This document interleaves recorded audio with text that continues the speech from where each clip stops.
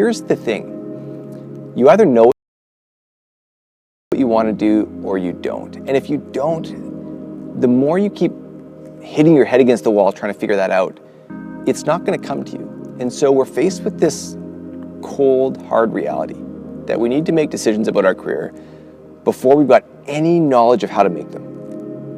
And on top of that, we know that most people will get the choice wrong in their heart, meaning there's a study by the University of Phoenix that says that over 70% of people under the age of 30 want to change careers.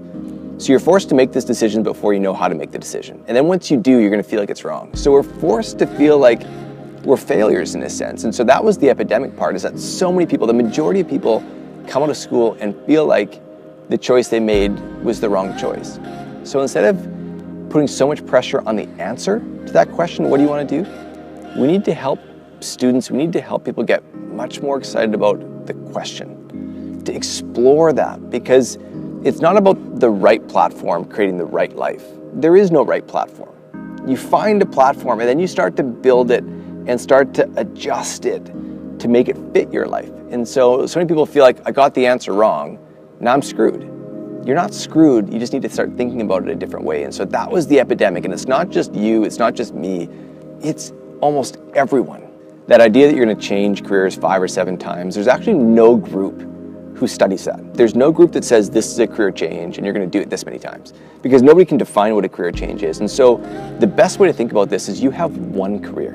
And so the important thing is to figure out how to navigate that one path, as opposed to feeling like you're going to be able to do something for a little while and then jump onto a different track. Because here's the challenge. Again, people come out of school in their career and they feel like they made the wrong choice. And so they feel like they've got one of 3 options. They can either just keep doing the same thing even though they don't like it. They look at their boss's job, they don't want it. So they can either just keep doing that, climb that ladder, or they can disengage and feel like, this isn't for me, I'm going to live for my evenings and my weekends. Or the third option is they feel like they can kind of start all over again. But starting all over again becomes very difficult, even though in our brain it makes sense.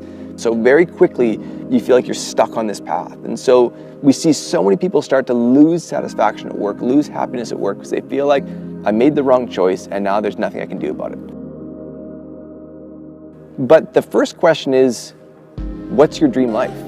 And so many people have a general idea of that. They'll see the success of somebody else and feel like, well, that looks like a dream, but they've never put the time in to actually figure out, what is the specific life that I'm looking for? What's the specific mix of life and work that I'm looking for? One of the challenges we have with jobs nowadays is that we allow somebody else to own our control of work. We allow somebody else to write down our job description, to define the boundaries of our work. And so as a result, we never declare it for ourselves. And it's totally a mistake that people make. You need to be in control of your life's work. You need to be in control of what you do with your productive time. And once you start to own that, once you start to own the path, get good at something very unique that others have value in, you can start to shape the career and life that you want. The world's actually moving so fast now that it's mathematically impossible to know what the right answer is. So even if you were the smartest person in the world or had the most self-awareness in the world, you wouldn't be able to know what the world is bringing at you. It's going to be throwing at you. And so as a result, it's not about making the right choice. It's about, after you make whatever choice and the world changes, how do you adjust? How do you change your trajectory?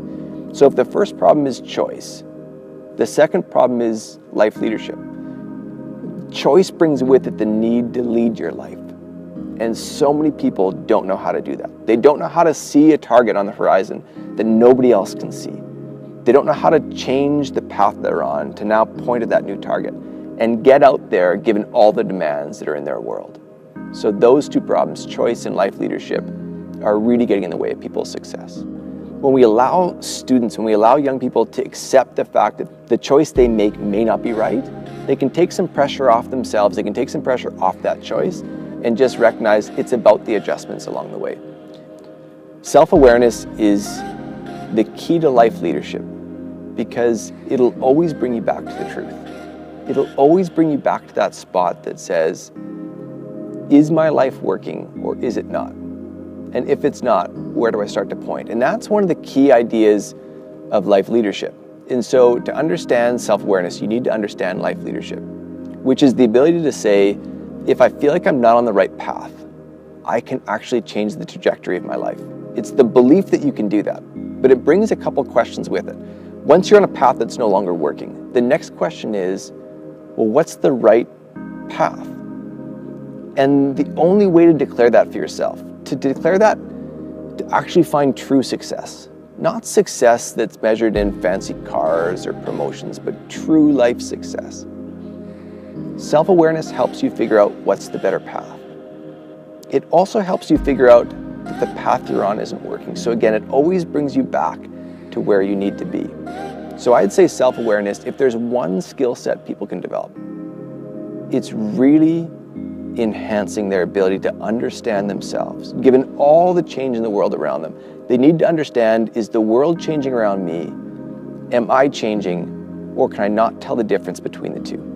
And understanding those differences, understanding who you are within this world that's changing so fast is so key, because it allows you then to develop your leadership, develop your life leadership, to say things aren't working and I actually have the ability to change the trajectory, and that's now where I want to go. The greatest leaders the world has ever seen, we can name a few of them, they didn't get permission from anyone to be a leader.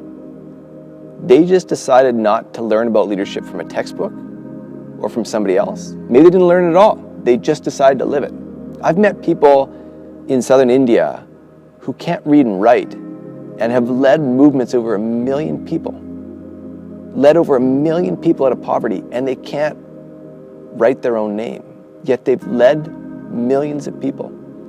It's extraordinary, but it's the choice to live it as opposed to learn it. We think that learning is just about taking information that's not in your head and putting it in your head. It's this idea of making you smarter. That's one kind of learning, and we default to it because that's what schools teach us. But learning actually has 2 other layers to that. There's another kind of learning that says, because of what's now coming in my head, do I see the world differently? Does my perspective change?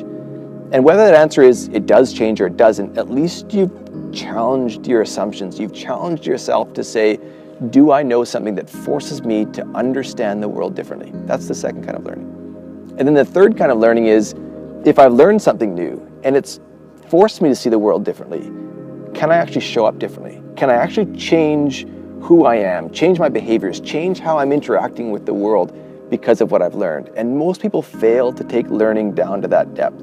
But once you do, it puts the responsibility of learning on your shoulders to say, what are you going to do about it? Now that you've learned these concepts, how are you going to change your life? How are you going to make the world better? And once you get there, learning starts to take on a totally different weight in your life. When you confront the fact that you're going to make choices about life that you're going to get wrong. In fact, you can't get all of them right. There's just way too much data. There's way too much to sort through to get all the answers right. Then it comes down to a few things. Number one, are you self-aware enough to recognize the path I'm on isn't working? It's so important. And then are you self-aware enough to know what's a better path for you, for your life? Not for somebody else's life, but for your true success. Are you going to be able to know that?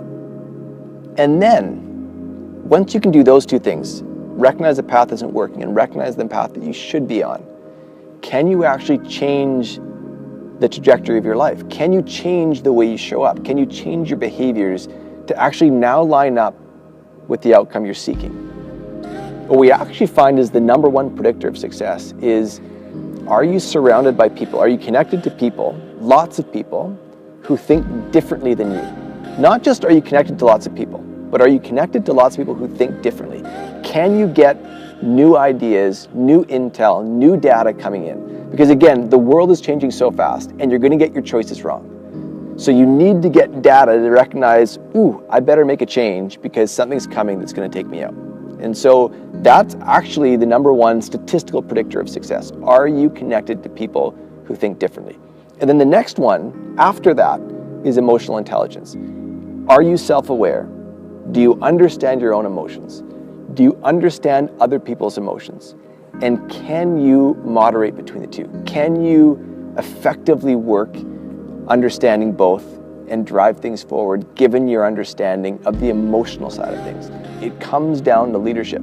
And that same idea of leadership, whether you're doing it in a company or you're doing it in your life, it's the same process. I'm on a path, it's no longer working, I'm going to make that adjustment.